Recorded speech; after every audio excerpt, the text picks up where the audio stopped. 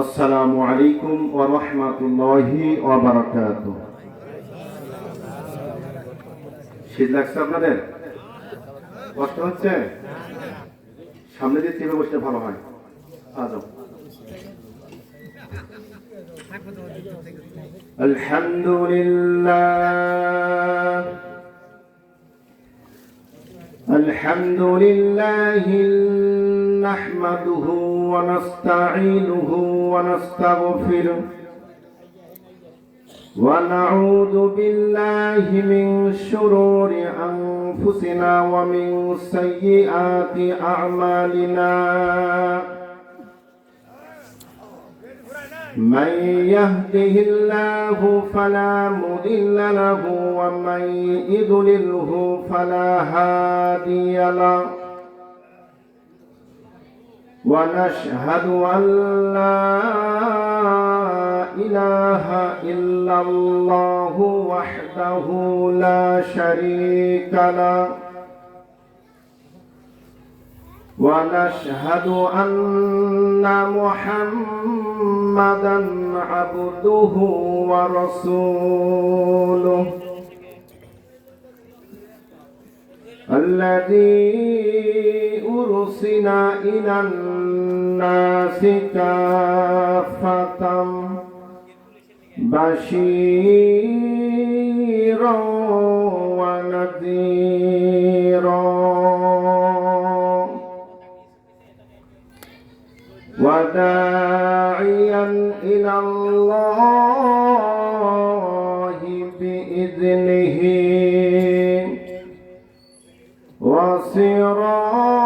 وسراجا منيرا. أما بعد فقد قال الله تعالى في كلامه المجيد وفي فرقانه الحميد. أعوذ بالله من الشيطان الرجيم. بسم الله الرحمن الرحيم. بلى من أسلم وجهه لله وهو محسن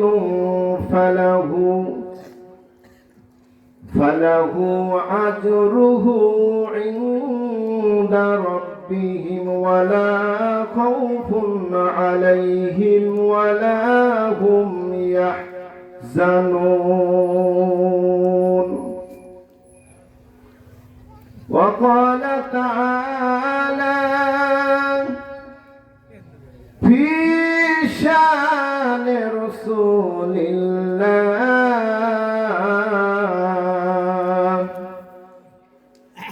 إن الله وملائكته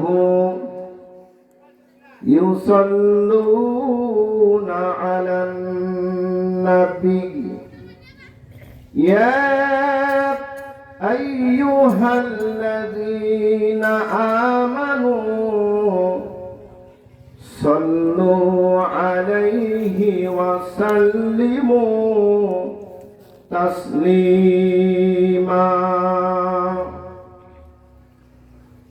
اللهم صل على محمد وعلى آل محمد كما صليت على إبراهيم وعلى آل إبراهيم إنك حميد مجيد.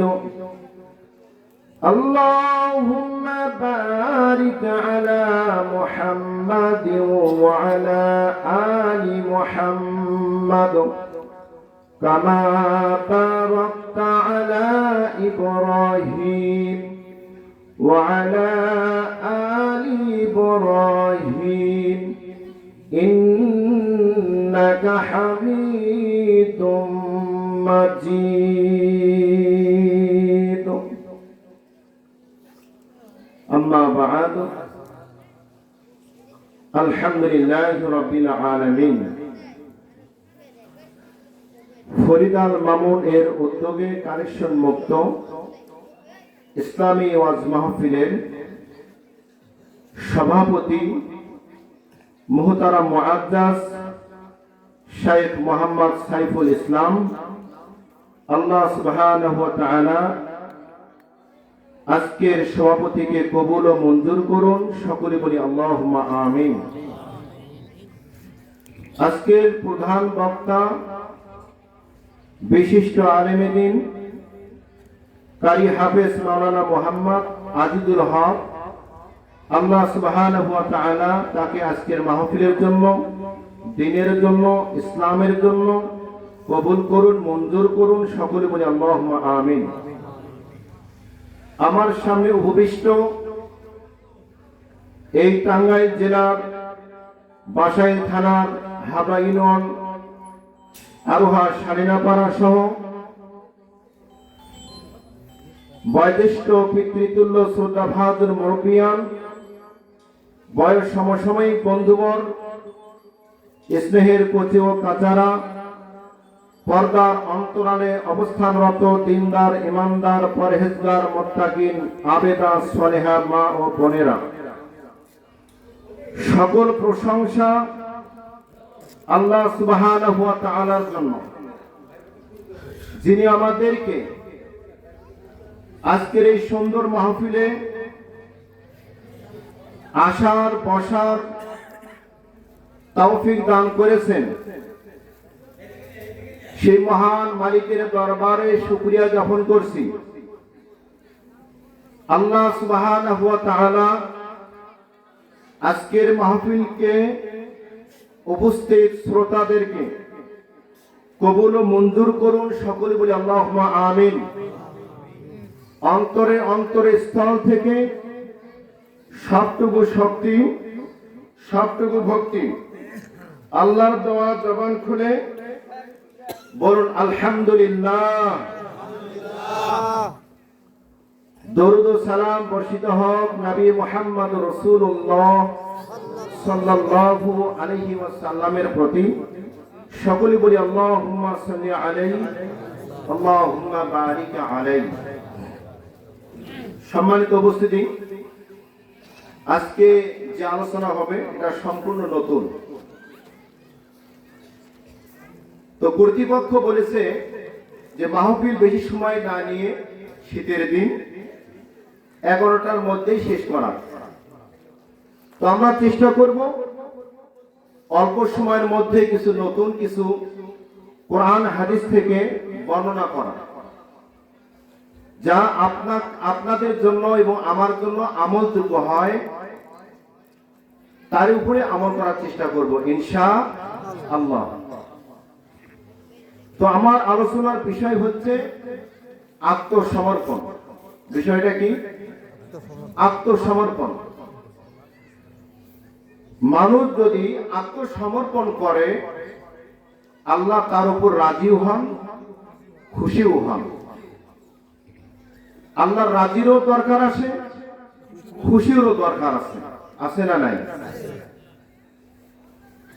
সাহাবায়ে কিরাম তারা নিজেদের জীবন আল্লাহর রাস্তায় দান করেছেন, সম্পদ দান করেছেন, ছেলে মেয়েকে দান করেছেন।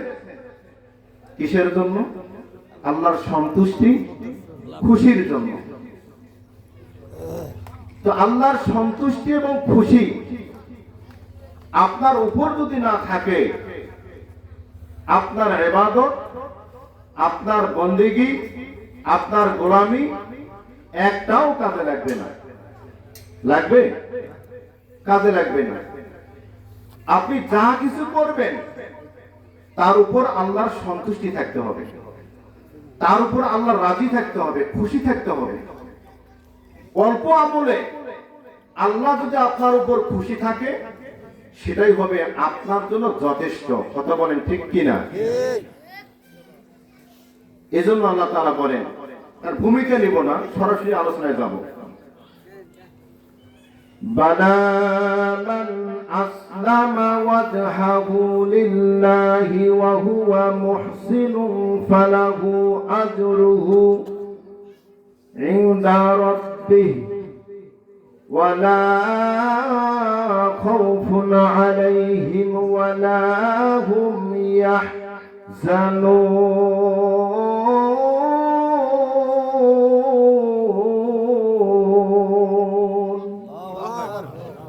আল্লাহ তাআলা বলেন, যে ব্যক্তি সম্পূর্ণরূপে নিজেকে আল্লাহর রাস্তায় সমর্পণ করবে, আল্লাহর দিকে ঝুঁকে পড়বে, ওই ব্যক্তির কোনো চিন্তা নাই, কোনো টেনশন নাই, তাদের কোনো ভয় নাই।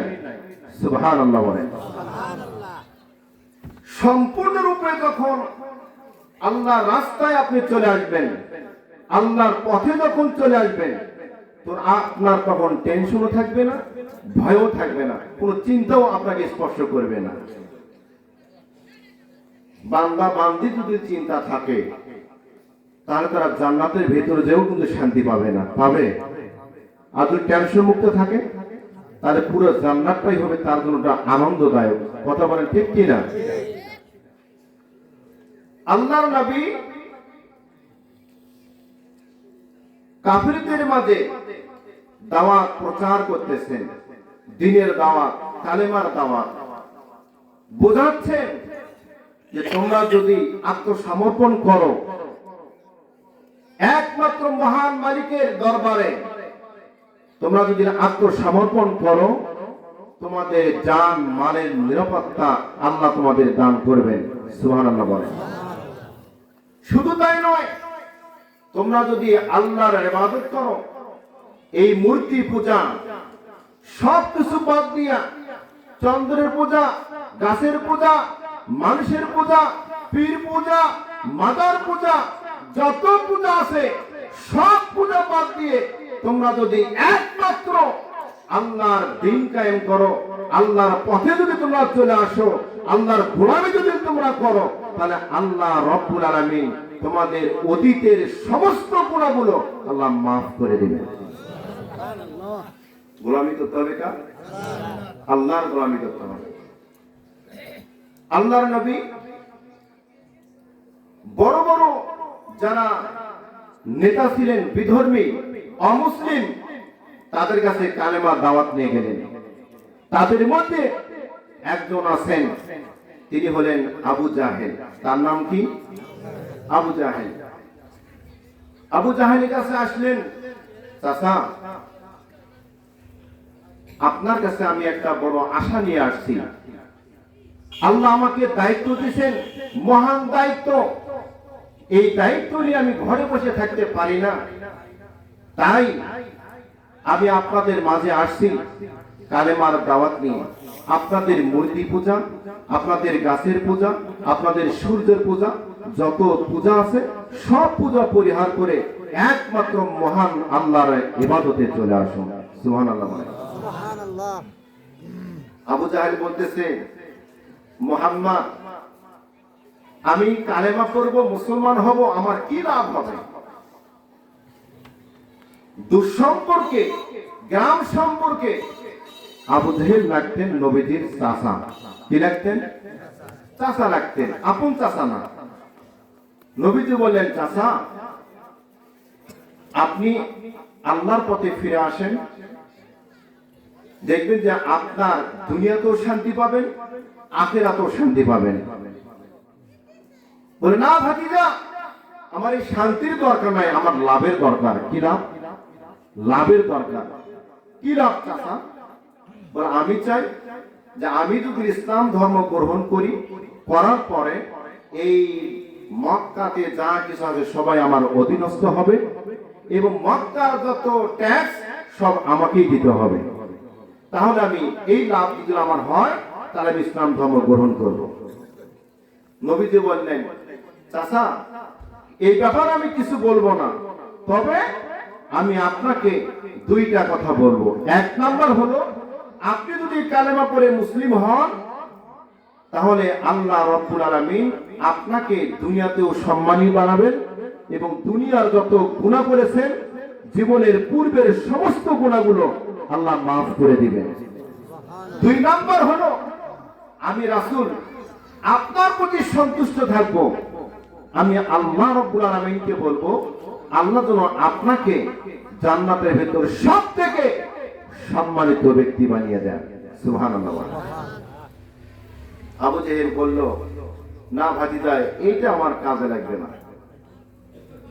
কপালে যদি হিদায়াত না থাকে এত সুন্দর কথা কি তার ভালো লাগবে? কথা বলেন, ভালো লাগবে? আর কপালে হিদায়াত নাই। জান্নাতের গ্যারান্টি দিলেন, দুনিয়াতে সম্মানের গ্যারান্টি দিলেন, তারপরও তার ইসলাম কবুল করতে মন চাইল না। আবু জাহেল বলতেছেন, ভাতিজা আমি ইসলাম ধর্ম গ্রহণ করতে পারি, আমি ইসলাম ধর্ম গ্রহণ করতে পারি, তুমি যা বলবে আমি তাই শুনবো, তবে একটা শর্ত আছে। কি শর্ত? তুমি যদি এই যে চাঁদ দেখা যাচ্ছে এই চাঁদটা যদি তুমি দুইটা খণ্ড করে দেখাইতে পারো তাহলে আমি ইসলাম ধর্ম গ্রহণ করব। নবীজি অনেক আশা যে আমার চাচা আবু জাহেল সে যদি ইসলাম ধর্ম গ্রহণ করে এই চাঁদ কেন, এই চাঁদের থেকে আরো কিছু যদি চায় আমি সেটাও প্রমাণ করে দেখাবো। সুবহানাল্লাহ বলেন। উদ্দেশ্য হলো দ্বীনে আনা, ইসলামে আনা, মুসলিম বানানো, আল্লাহ ভীরু বানানো, মুত্তাকিন বানানো। উদ্দেশ্যটা কি? আল্লাহর পথে ফিরে আসা, আত্মসমর্পণ করা। কথা বলেন ঠিক কিনা? নবীজি বললেন, চাচা আমি যদি এই চারটা দুইটা খণ্ড করে দুইটা পাহাড়ে যদি আমি যদি দুইটা খণ্ড রেখে দেই তাহলে কি আপনি ইসলাম ধর্ম গ্রহণ করবেন? হ্যাঁ ভাতিজা, তুমি যদি করো আমি লাখ উজ্জার কসম করে বলি। বলেন নাউযুবিল্লাহ। তাদের হচ্ছে মূর্তি লাখ উজ্জা, এটা সব থেকে বড় মূর্তি। যে কোনো কসম এই দুইটার কসম খায় ওরা। বলে হ্যাঁ আমি কসম খেয়ে বললাম আমি ইসলাম ধর্ম গ্রহণ করব। আল্লাহর নবী রাহমাতুল লিল আলামিন তাদের দিকে হাত এইভাবে উঠালেন আর মহান আল্লাহকে ডাক দিয়ে বললেন, প্রভু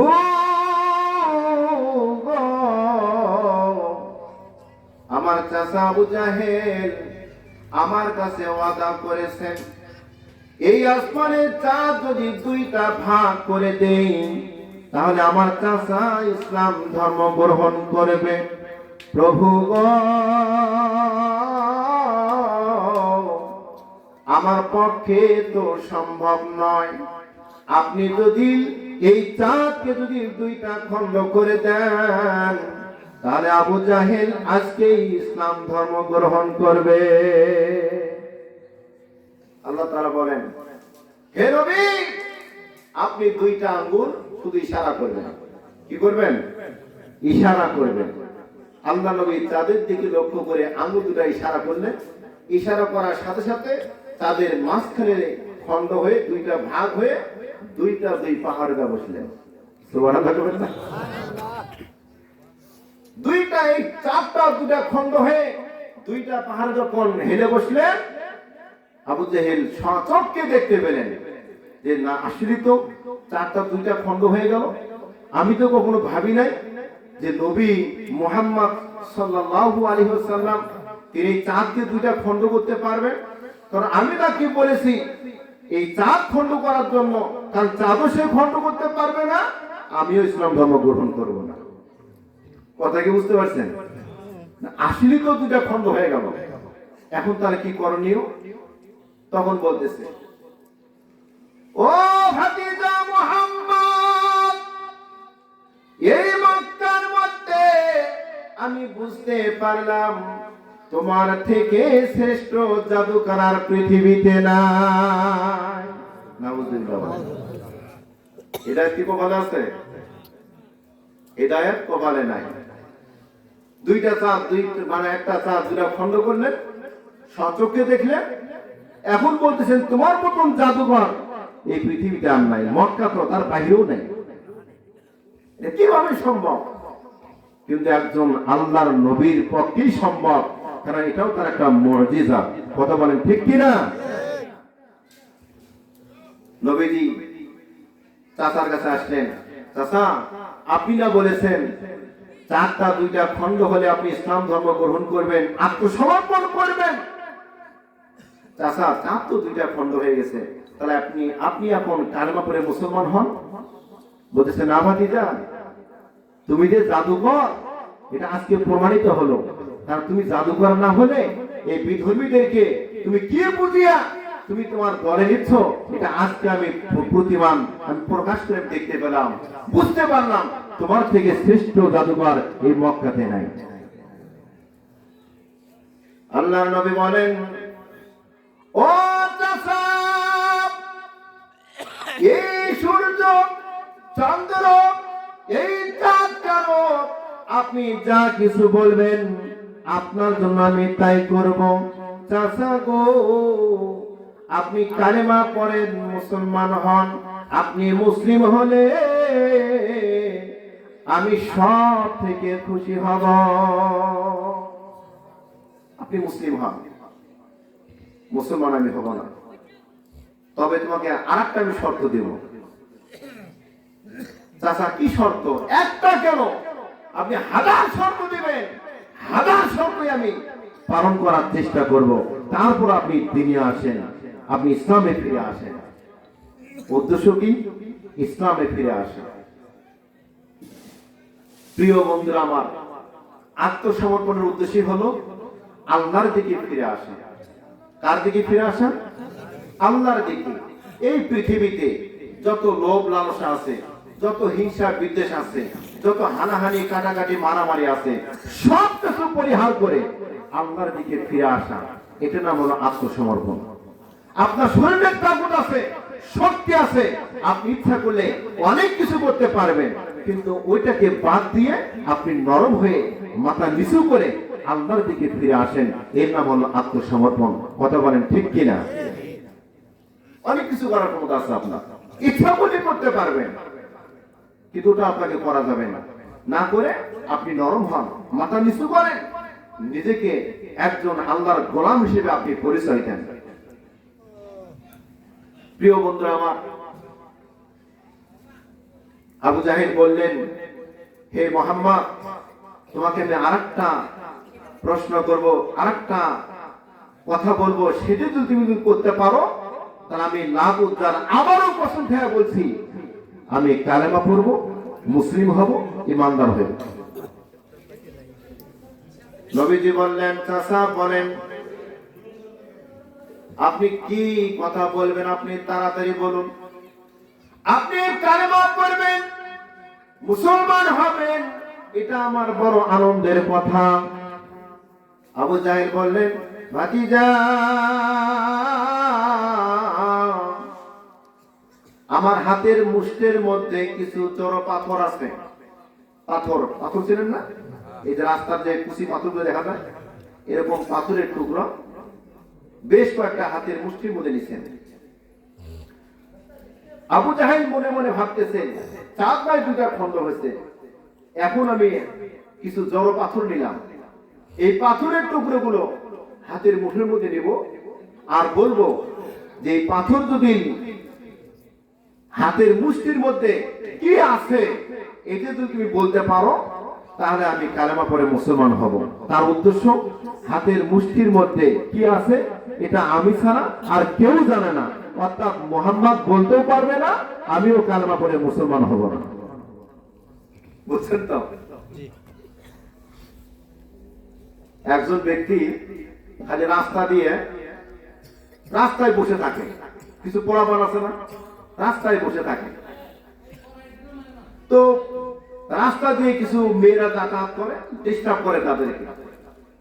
তো একটি মেয়ে বড় বুদ্ধিমান ছিল, সে মেয়েটি ছেলেটিকে বলল, হে যুবক, তুমি প্রতিদিন রাস্তায় দাঁড়িয়ে থাকো আর আমাদেরকে তুমি ডিস্টার্ব করো, অতএব তুমি কি চাও? ছেলেটা বলল, আমি তোমার সঙ্গে সম্পর্ক করতে চাই এবং তোমাকে বিবাহ করতে চাই। মেয়েটি তখন বলল, ভাই, আপনি আমার সাথে সম্পর্ক করতে চান, বিবাহ করতে চান, তবে আমার একটা শর্ত আছে। শর্ত কি? যে তুমি যদি 40 দিন একাধারে পবিত্রতার সহিত ঈমানের সাথে তুমি যদি 5 ওয়াক্ত ফরজ সালাত জামাতের সাথে আদায় করো, তাহলে আমি কথা দিলাম আমি তোমাকে বিবাহ করব। তো মেয়েটার উদ্দেশ্য হলো, একজন লোক যদি ঈমানের সাথে অধিক সওয়াবের আশায় 40 দিন জামাতের সাথে 5 ওয়াক্ত ফরজ সালাত কায়েম করে, তাহলে ওই ব্যক্তির অন্তর থেকে কুচিন্তা, দুশ্চিন্তা সব বন্ধ হয়ে যাবে। কথা বলেন ঠিক কি না? এটা হলো মেয়েটার উদ্দেশ্য। সে তখন আমাকে ডিস্টার্ব করবে না, এই প্রস্তাবও দিবে না। ছেলেটা বলল, এটা একটা ব্যাপার হলো, আমি তোমাকে পাওয়ার জন্য এই 5 ওয়াক্ত ফরজ সালাত কেন, তুমি যদি বলো আমার জীবনটা আমি তোমাকে দিয়ে দিব। বলেন নাউজুবিল্লাহ। ঠিক আছে, তুমি একটু করে দেখাও। তখন ছেলেটা নামাজ শুরু করলেন, নামাজ পড়লেন। 41 দিন পর ওই মেয়ের সঙ্গে আমার সাক্ষাৎ হলো। মেয়েটাকে বলতেছে, হে মেয়ে, তোমার কথা অনুযায়ী আমি 5 ওয়াক্ত ফরজ সালাত কায়েম করেছি, জামাতের সাথে আমি পড়েছি, আমি তোমার কথা রক্ষা করেছি, এখন তুমি আমার কথা রক্ষা করো, তুমি আমাকে বিবাহ করো। মেয়েটি চিন্তা করতেছেন যে কোন ইমানদার ব্যক্তি, নামাজি ব্যক্তি, সে এই প্রস্তাব নিয়ে সরাসরি সে আমার কাছে তো আসতে পারে না, আসলে রহস্যটা কি? মেয়েটি বলল, ভাই, আমার বিশ্বাস যে ব্যক্তি ইমানের সাথে অধিক সওয়াবের আশায় 5 ওয়াক্ত ফরজ সালাত কায়েম করবে, সে কখনো এই ধরনের প্রস্তাব নিয়ে কোন মেয়ের কাছে দাঁড়াইতে পারে না। কথা বলেন ঠিক কি না? ছেলেটা বলতেছে, আমি জানি যে মেয়েরা কথা দিয়ে কথা রাখে না, তাই 5 ওয়াক্ত নামাজ পড়ছে ঠিক, কোনদিন ওযু করি নাই। নাউজুবিল্লাহ। ওযু ছাড়াই নামাজ পড়ছে, সে নামাজ কি কবুল হবে? ওই নামাজে কি মানুষ ইমানদার হতে পারবে? চিন্তা করছেন?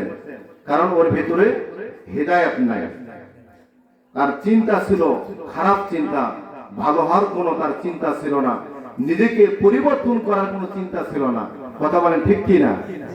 আবু জাহেল, তার চিন্তাটা ওই রকম, মানে হেদায়েত নেওয়ার কোনো চিন্তা নাই, শুধু ঠেকানোর চিন্তা। কি চিন্তা? ঠেকানোর চিন্তা। এখন যদি কেউ যদি বলে যে হুজুর আপনি এত পারেন, আপনি বলুন তো আদম আলাইহিস সালামের নানির নাম কি? বলুন তো, আদমের কি নানি আছে? ওর মা আছে?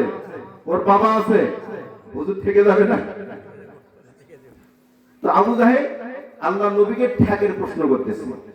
নবীদের উদ্দেশ্য যে চাচা যতই প্রশ্ন করুক, আমি প্রত্যেকটা প্রশ্নের আল্লাহ তাআলার ইচ্ছায় আমি দেওয়ার চেষ্টা করব, তারপর আমার চাচা ইসলামে আসুক। কথা বলেন ঠিক কি না? আবু জাহেল বলতেছে, হে মুহাম্মদ, এই হাতের মুষ্টির মধ্যে কি আছে তুমি যদি বলতে পারো, আমি কথা দিলাম, লাত উদ্দার কসম, আমি তোমার হাতে কালেমা পড়ে মুসলমান হব। নবীজি আনন্দিত হলেন, চাচা আপনি মুসলমান হবেন? হ্যাঁ, আমি মুসলিম হব। ও চাচা, আমি ওই হাতের মধ্যে কি আছে আমি না বলে ওই হাতের মধ্যে বস্তু যদি কথা বলে, আপনি কি মেনে নেবেন? আবু জাহেল বলতেছে, এটা আবার কেমন কথা?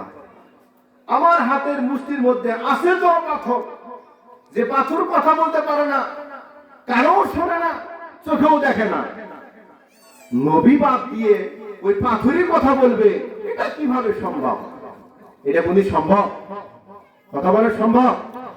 হাতের মুষ্টির মধ্যে পাথর নিয়ে বলতে পাথর কথা বলবে? আবু জাহেলের চিন্তা, মাথা গরম হয়ে যাচ্ছে, এটা কিভাবে সম্ভব? পাথর তো কথা বলতে পারে না। বলে, হ্যাঁ মুহাম্মদ, আমি মেনে নিলাম, যদি এই পাথর কথা বলতে পারে আমি কার ব্যাপারে মুসলমান হব। আল্লাহর নবী রাহমাতুল লিল আলামিন আবু জেহেলের হাতের দিকে তাকিয়ে আছেন। আবু জাহেল মুঠটা এমন শক্ত করে ধরে আছেন, আল্লাহর নবী রাহমাতুল লিল আলামিন ওই হাতের মুষ্টির দিকে চেয়ে আছেন। একবার হাতের দিকে তাকায়, আরেকবার আসমানের দিকে তাকায়, আবার হাতের দিকে তাকায়, আবার আসমানের দিকে তাকায়। আবু জাহেল মনে মনে চিন্তা করতেছেন, এতক্ষণ অনেক কথা শুনেছি, এখন মুহাম্মদ আমার হাতে একবার তাকায়, আসমানের দিকে একবার তাকায়, মনে হয় মুহাম্মদ উত্তর খুঁজে পায় না। সে বলতেই পারবে না আমার হাতের মধ্যে কি আছে। এই জন্য সে একবার আসমানে তাকায়, একবার হাতের দিকে তাকায়। উত্তর দিতে পারবে না? পারবে? বিশ্বের আশা আপনাদের? চলুন দেখি কি হয়। সেখানে আমরা একবার মনটা উজাড় করে, দিলটা নরম করে, আমরা কানটা খুলে আমরা শোনার চেষ্টা করি নবীজির সঙ্গে কি ঘটনা ঘটে। আল্লাহর নবী রাহমাতুল লিল আলামিন হাতের মুষ্টির দিকে লক্ষ্য করে বলতেছেন, ওরে আবু জাহেল, আমার চাচা হাতের মুষ্টির দরবস্তু, কে আছো তুমি আমি জানি না, আমি একজন আল্লাহর নবী মুহাম্মাদুর রাসূলুল্লাহ সাল্লাল্লাহু আলাইহি ওয়াসাল্লাম। ওরে হাতের বস্তু, আমার চাচা আমাকে নবী হিসেবে মানে না, বিশ্বাস করে না, কালেমা পড়ে না, মুসলমান হয় না, কত বাহানা আমাকে দেখাইতেছে। ওরে হাতের বস্তু, সে আমাকে নবী হিসেবে চেনে না, তুমি কিন্তু আমাকে নবী হিসেবে চেনো।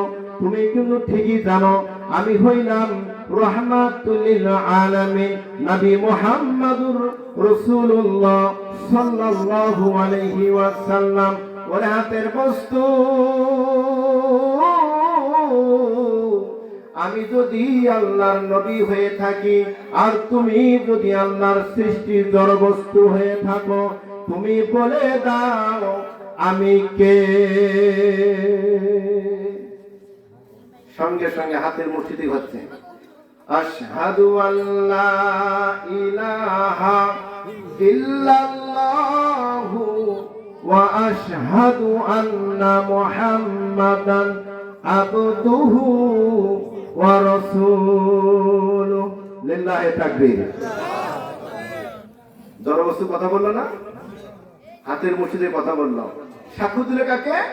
আশহাদু আল্লা ইলাহা ইল্লাল্লাহু ওয়া আশহাদু আন্না মুহাম্মাদান আবদুহু ওয়া রাসূলুহু।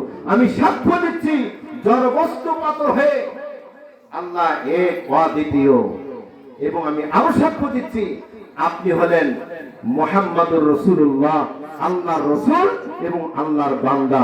বলেন সুবহানাল্লাহ। আবু জাহেল চিন্তায় মাথা গরম হয়ে গেল। একবার চাঁদকে দুইটা খণ্ড করালাম, তখনও ভাবলাম সে মক্কার সব থেকে শ্রেষ্ঠ জাদুকর। এখন হাতের মুষ্টির মধ্যে আমি কিছু জড় পাথর নিয়েছি, যেটা কথা বলতে পারে না, সেটাও থেকে এখন আমার হাতের মুষ্টি থেকেই কথা বলে। এটা তো সাংঘাতিক ব্যাপার, এটা আসলে তো সর্বশ্রেষ্ঠ জাদুকর। আবু জাহেল বলতেছে, মুহাম্মদ, আমার আরেকবার প্রমাণ হলো তুমি সব থেকে বড় জাদুকর, তোমার থেকে জাদুকর এই মক্কার জমিনে আর কেউ নাই। আবু জাহেল কোরআনকে সহ্য করতে পারত না, ইসলামকে সহ্য করতে পারত না। যখনই আল্লাহর নামে যখন আল্লাহকে সাক্ষ্য দিলেন জড়বস্তু পাথর, আবু জাহেল তখন রাগান্বিত হলেন। হাতের মুষ্টির মধ্যে থেকে এত শক্ত করে শন শন গতি করে হাতের স্পিড করে ওই পাথরগুলো আল্লাহর নবীর চেহারা থেকে ছুঁড়ে মারলেন। মারার সাথে সাথে আল্লাহর নবী কপালে লাগলেন, ঠোঁটে লাগলেন, গালে লাগলেন, এগুলো লেগে এগুলো ফেটে গেলেন, রক্ত ঝরঝর করে পড়তেছে। এত স্পিডে মারছে, আল্লাহ নবীর এই চেহারাটার মধ্যে লাগার কারণে চেহারা থেকে রক্ত ঝরছে। আল্লাহ নবী অনেক ব্যথা পেলেন। আল্লাহ নবী ব্যথা পেয়ে এইভাবে ধরে রক্তগুলো মোছার চেষ্টা করতেছেন, কিন্তু রক্তগুলো পড়ে তার দাড়িগুলো ভিজে যাচ্ছে, এত পরিমাণে আঘাতটা লেগেছে। কারণ ওখান থেকে এইভাবে তো জোরে মারা হয়, লাগবে না, শন শন গতি করে মেরেছে। আল্লাহর নবী রাহমাতুল লিল আলামিন পাথরের আঘাতে তার রক্ত টপ টপ করে পড়তেছে, দাড়িগুলো ভিজিয়ে যাচ্ছে, পাথরগুলো ছড়িয়ে ছড়িয়ে পড়েছে। আল্লাহর নবী রাহমাতুল লিল আলামিন ওই পাথরগুলো খুঁড়তেছেন, একটা একটা করে পাথরগুলো খুঁড়তেছেন, আর নবীজির চোখ দিয়ে পানি টপ টপ করে পড়তেছে। আল্লাহর নবী রাহমাতুল লিল আলামিন দুই চোখের পানি ছেড়ে ছেড়ে কান্না করতেছেন আর পাথরগুলো খুঁড়তেছেন। জিবরাইল নবীর কাছে আসলেন, ইয়া রাসূলুল্লাহ, নবী গো, আবু জাহেল আপনাকে পাথর ছুঁড়ে মেরেছে, ওই পাথরগুলোর আঘাতে আপনার কপাল থেকে রক্ত ঝরছে, আপনার গাল থেকে রক্ত ঝরছে, আপনার ঠোঁট থেকে রক্ত ঝরছে। নবী গো, আপনি অর্ডার করুন, আপনি এখনই অর্ডার করুন, ওই আবু জাহেলকে আমার পাকার বাড়ি দিয়া আমি ধ্বংস করে দিব। আল্লাহর নবী জিবরাইলকে বলতেছে, জিবরাইল রে, আমি যদি আল্লাহর কাছে বলি আমার আল্লাহই যথেষ্ট হবে। কথা বলেন ঠিক কিনা? জিবরাইল, তোমাকে কেন বলবো? আবু জাহেলকে ধ্বংস করার জন্য আমি তো আল্লাহকে বললে সব কিছু হয়ে যাবে, কারণ আমি চাই না আবু জাহেল ধ্বংস হয়ে যাক।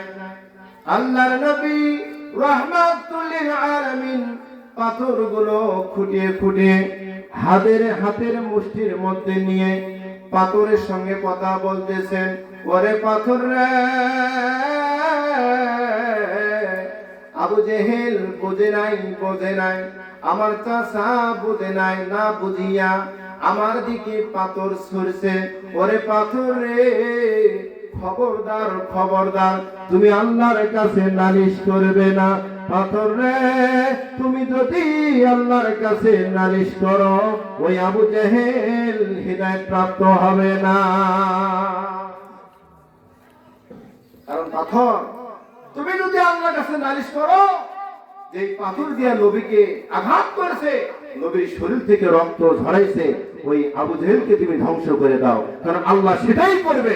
অতএব পাথর, তুমি নালিশ করো না, আল্লাহর কাছে তুমি নালিশ করো না। আমি চাই না আমার উম্মত ধ্বংস হয়ে যায়, আমি চাই না আমার উম্মত গুলো আমার সামনে থেকে ধ্বংস হয়ে যায়।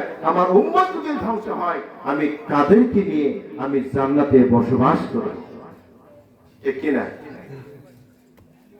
বন্ধুরা আমার? আবু জাহেল রাগান্বিত ভাবে নবীজিকে বললেন, মুহাম্মদ, তোমার সাথে আমার কোনো আর কথা নাই।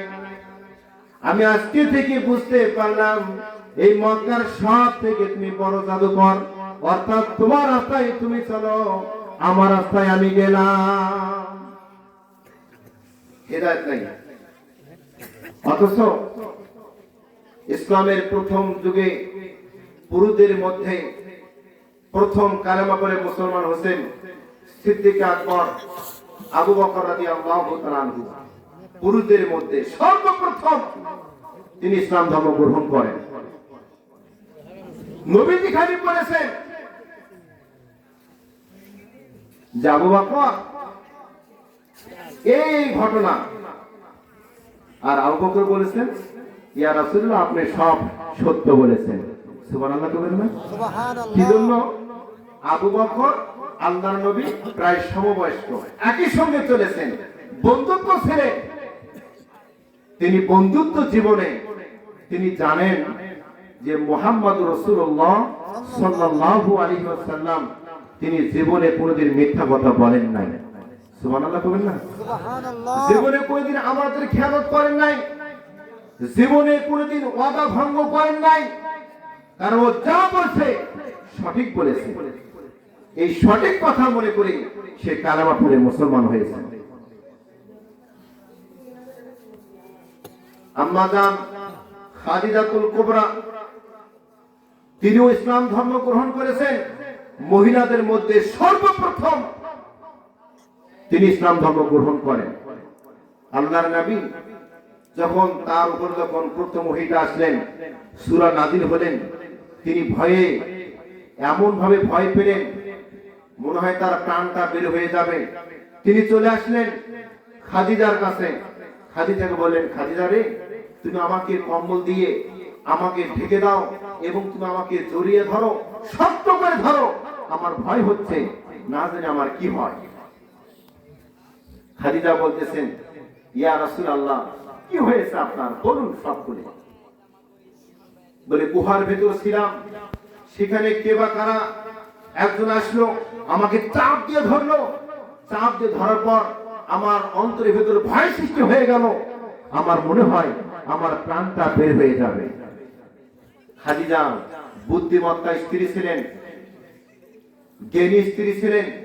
তিনি বললেন, ইয়া রাসূলুল্লাহ আপনার কোনো চিন্তা নাই, আপনার কোনো ভয় নাই, কারণ আপনি তো আত্মীয়তার হক আদায় করেন, আপনি তো প্রতিবেশীর হক আদায় করেন, আপনি তো সবার হক আদায় করেন, আপনার কোনো চিন্তা নাই, কোনো ভয়ের কারণ নাই।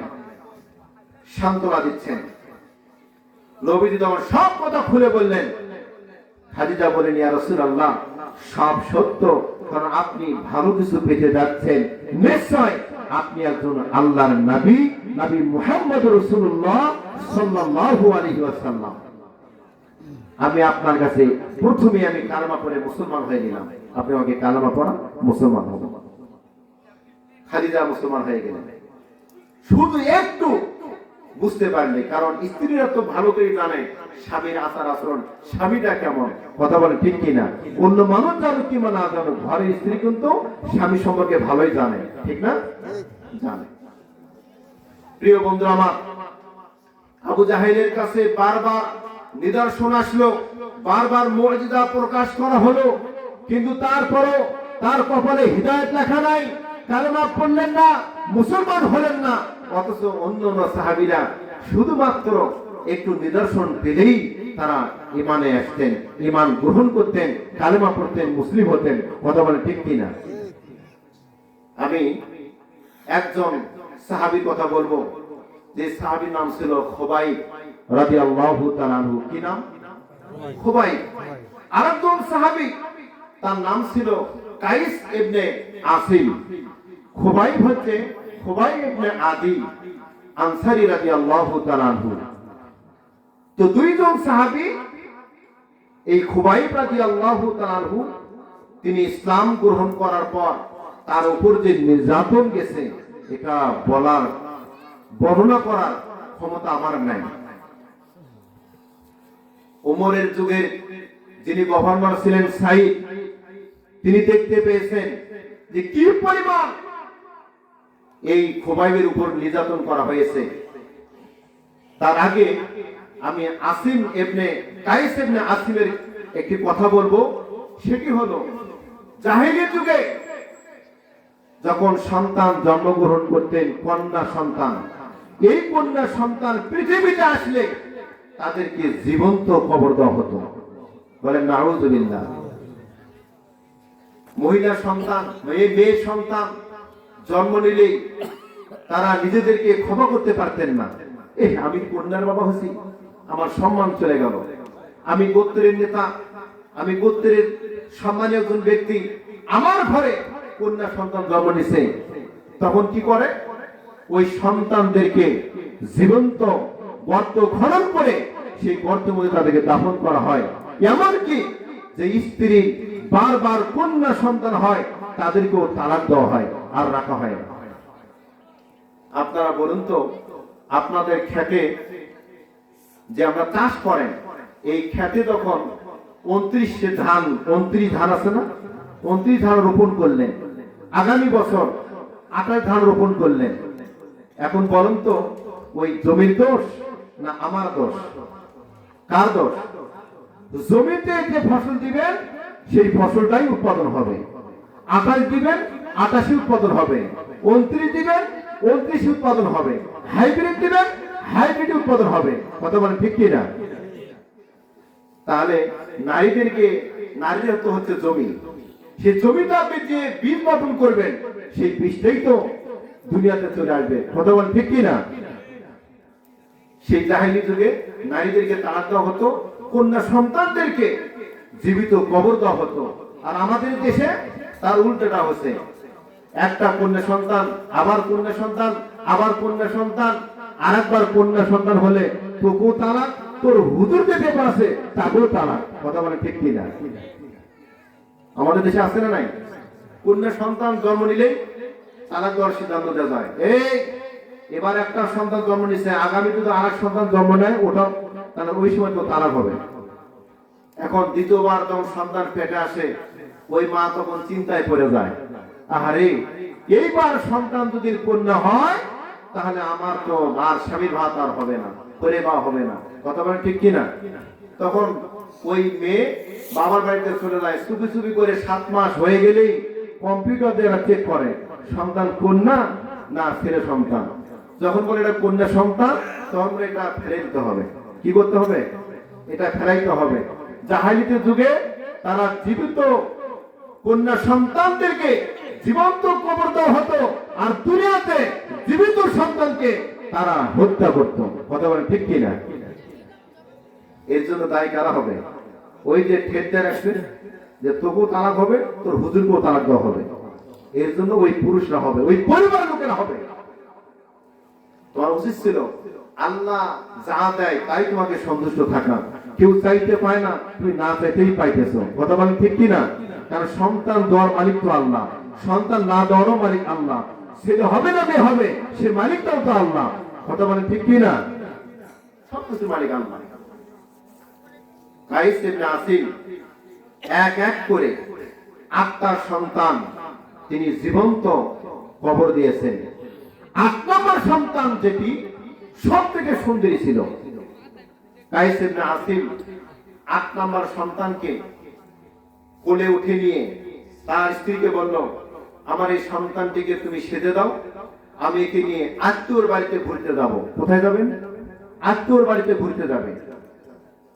স্ত্রী ভাবতেছে এক এক করে 7টা সন্তানকে হত্যা করেছে, আমার মনে হয় আমার স্বামী 8 নম্বর সন্তানটাকে হত্যা করবে।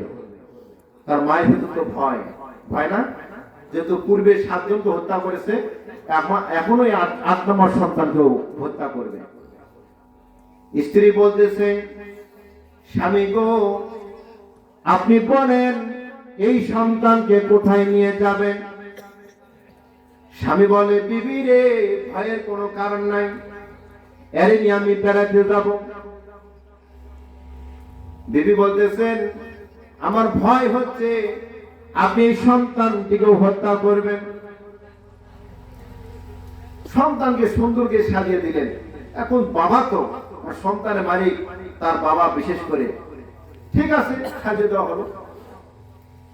এই সন্তানকে নিয়ে বাবা কি করলেন? পূর্বের 7 সন্তানের মতন এই 8 নম্বর সন্তানকেও মাটি খনন করে জীবিত সন্তানকে গর্তের মধ্যে ফেলে দিয়ে পাথর চাপা দিয়ে তাকে হত্যা করলেন। বলেন নাউজুবিল্লাহ।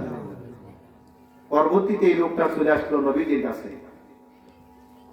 নবীজির কাছে আসলেন, ইয়া রাসূলুল্লাহ, আমি কালেমা পড়ব, মুসলমান হব, আপনি আমাকে কালেমা পড়ান, মুসলমান বানান।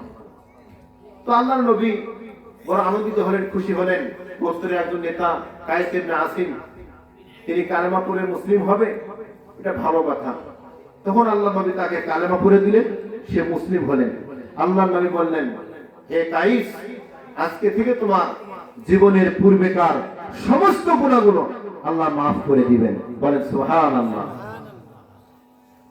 কায়েস এই কথা শুনে খুশি হলেন না, চিন্তিত হলেন, মাথা নিচু করে দিয়ে চোখের পানি ছেড়ে ছেড়ে কান্না করতেছেন। আল্লাহর নবী রাহমাতুল লিল আলামিন কায়েসের মাথার উপর হাত দিলেন।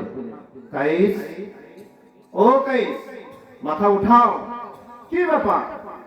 তুমি কালেমা পড়লে, মুসলিম হলে, অথচ মাথা নিচু করে দিয়ে তুমি এইভাবে বসে আছো? কায়েস বলতেছেন, ইয়া রাসূলুল্লাহ, নবী গো, আমি কালেমা পড়ছি, মুসলমান হয়েছি। আপনি বলেছেন আজকে থেকে আমার জীবনের পূর্বেকার সমস্ত গুনাহ আল্লাহ মাফ করে দিবেন। আল্লাহ তাআলা বলেন, আল্লাহর নবী বলেন, ওয়া আন্নাল ইসলামা ইয়াহদিমু মা কানা ক্বাবলা। ইসলাম ধর্ম গ্রহণ করে যারা, আল্লাহ তাদেরকে মাফ করে দেন। ইসলাম ধর্ম কবুল করার সাথে সাথে আল্লাহ তার জীবনের পূর্বেকার সমস্ত গুনাহগুলো মাফ করে দেন। মুসলিম ব্যক্তি যারা পাপ করার সাথে সাথে যদি তওবা করে, তওবা করার সাথে সাথে তার পূর্বের গুনাহগুলো মাফ হয়, কিন্তু মৃত্যুর আগ পর্যন্ত তাকে অনুতপ্ত হতে হবে। কায়েস, তোর গুনাহ তো মাফ হয়েছে। কায়েস বলতেছে, ইয়া রাসূলুল্লাহ, আমার জীবনে সমস্ত গুনাহ মাফ হলো, আমার একটা গুনাহ মাফ হবে না। কি গুনাহ? যে হুজুর, আমি জাহিলি যুগে আমার 8টি সন্তানকে আমি জীবন্ত কবর দিয়েছি। তার 8 নম্বর সন্তান, এই সন্তানটি ছিল সব থেকে সুন্দরী। আমি যখন বাড়ি আসতাম, এই মেয়েটা আমার কাছে আসে শুইতেন, আমার এই দাড়িগুলো সুন্দর করে তিনি আশ্রিয়ে দিতেন, মাথাটা শুকাইয়ে দিতেন। আমি আসলে মেয়েটা খাইতো আমার সাথে, আমার সঙ্গে ঘুমাইতো।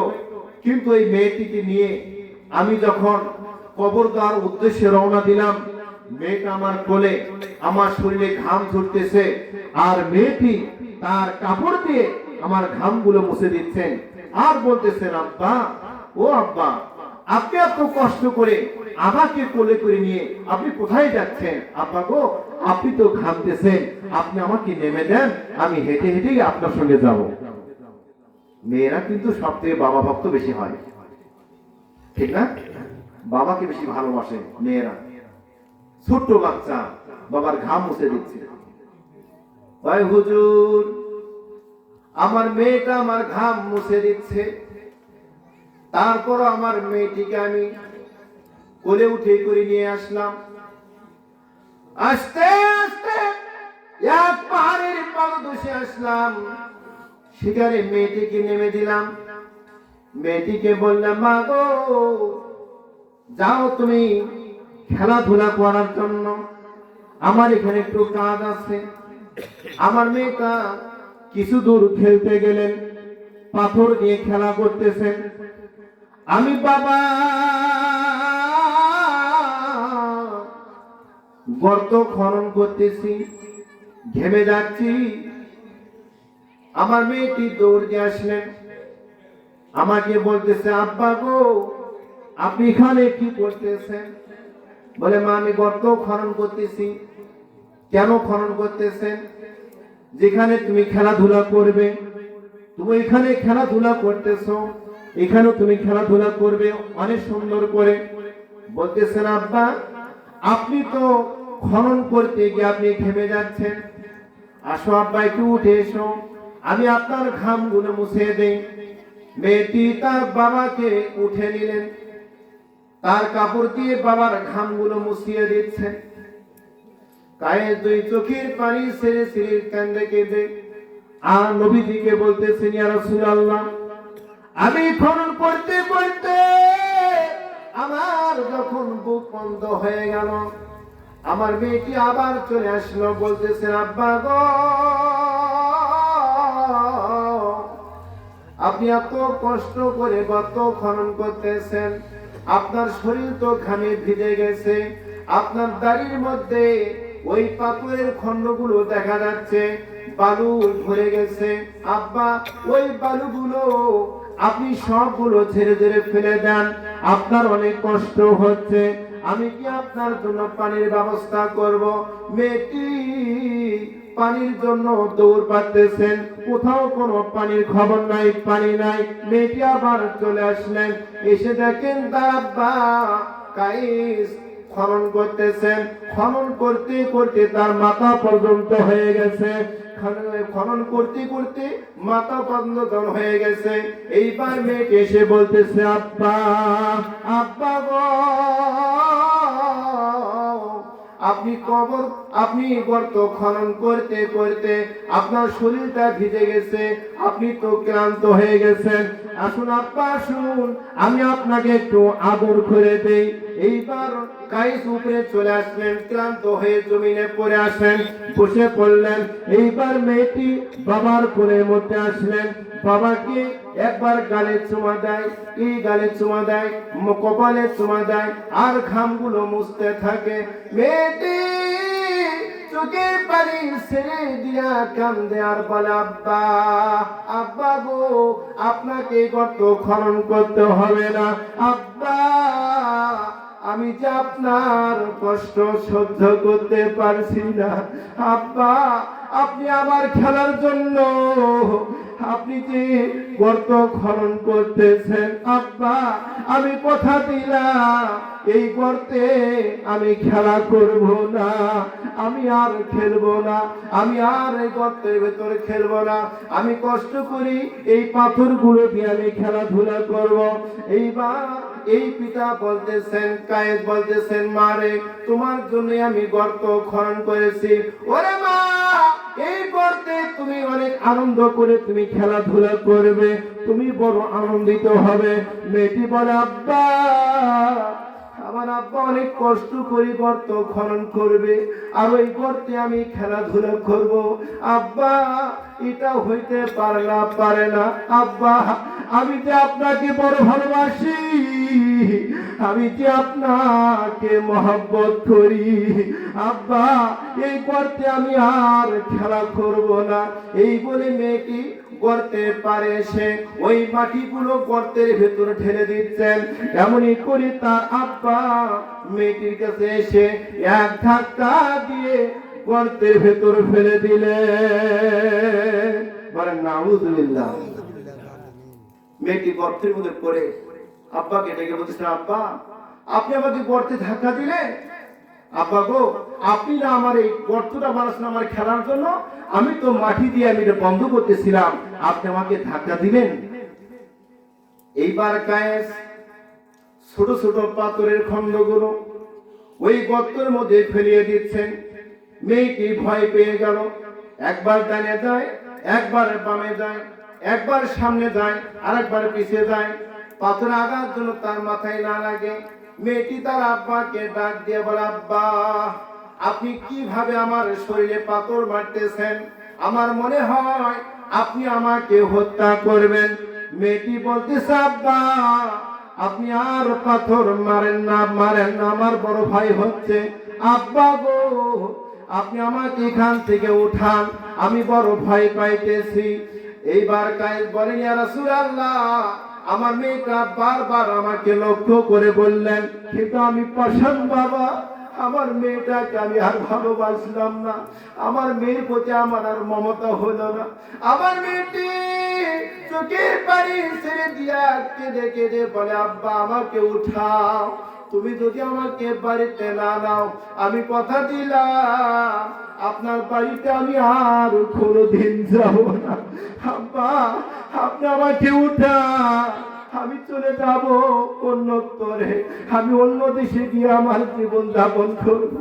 ইয়া রাসূলুল্লাহ, আমার মেয়েটি বারবার আরজ করলে আমি বাবা একটু মায়া মমতা করলাম না।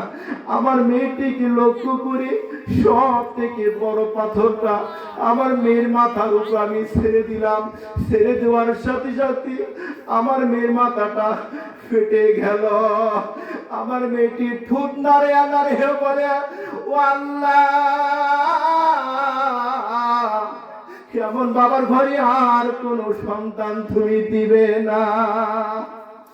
মেয়েটি আর কান্দে আর বলে, আব্বা আমি তোমার জন্য বদদোয়া করে গেলাম, আমি তোমার জন্য বদদোয়া করলাম, আমি তোমাকে কোনোদিন ক্ষমা করব না, তোমাকে কোনোদিন ক্ষমা করব না। ওয়াল্লাহি বিল্লাহি, আল্লাহর জাতের কসম করে বলি, আল্লাহ তোমাকে কোনোদিন ক্ষমা করবেন না। ইয়া রাসূলুল্লাহ, আমি যখনই বিছানায় শুয়ে পড়ি, ওই মেয়েটি যেন চিৎকার দিয়ে বলে, আব্বা আমাকে বাঁচাও, আব্বা আমাকে কই গর্ত থেকে উঠাও। ইয়া রাসূলুল্লাহ, আমি যে আর ঘুমাইতে পারি না। ওই মেয়েটি বারবার আমাকে চিৎকার দিয়ে ডাকে, হুজুর গো আমি এখন কি করব? আপনি তো বলেছেন সব গুনাহ আমার মাফ হয়ে যাবে, কিন্তু হুজুর এই গুনাহ আমার মাফ হবে না। আল্লাহ নবী দুই চোখে পানি ছেড়ে দিয়ে কেঁদে কেঁদে বলেন, ওরে তুমি তো জাহিলি যুগে তুমি কাজটা করেছো, এখন তুমি ইমানদার হয়েছো, মুসলমান হয়েছো। ওয়াল্লাহি বিল্লাহি, আল্লাহর জাতের কসম করে বলি, আল্লাহ রাব্বুল আলামিন তোমাকে maaf করে দিবেন। সুবহানাল্লাহ। কাজ বলতেছেন, ইয়া রাসূলুল্লাহ, তাহলে আমার মেয়ে 8টি মেয়ের জন্য কিছু করণীয় নাই? নবীজি বললেন, হে কায়েস, তাহলে তুমি একটি কাজ করো, 8টি মেয়ের জন্য 8টি উট তুমি কুরবানি করে দাও, এটাই তোমার জন্য যথেষ্ট হবে। বলেন সুবহানাল্লাহ। সম্মানিত উপস্থিতি, বলছিলাম খোবাবের কথা, সেদিকে গেলাম না, মর্মান্তিক কথা। যাই হোক, আল্লাহ তাআলা সুযোগ দিলে সামনে আমাদের আরেকটি মাহফিল আছে, ইনশাআল্লাহ সেদিন সে আলোচনা তুলে ধরার চেষ্টা করব। আজকের আলোচনা আমি এখানে ঠিক করছি, যেহেতু আমার পরে আরেকজন মেহমান আছেন, কারণ আমি যদি বলি তাকে তো বলতে হবে, কথা বল ঠিক কিনা? যেহেতু কনকনে শীত পড়ে গেছে, এই শীতের মধ্যে আমরা লম্বা টাইম করতে চাই না, স্বল্প সময়ের মধ্যেই আপনাদেরকে আমরা ছেড়ে দেব ইনশাআল্লাহ। প্রধান বক্তার কাছ থেকে আপনারা যা শুনবেন তার উপর আমল করার চেষ্টা করবেন। আমার আলোচনা এখানে কি করছি, ওয়া আখিরু দাওয়ানা আলহামদুলিল্লাহি রাব্বিল আলামিন। আসসালামু আলাইকুম ওয়া রাহমাতুল্লাহি ওয়া বারাকাতুহু।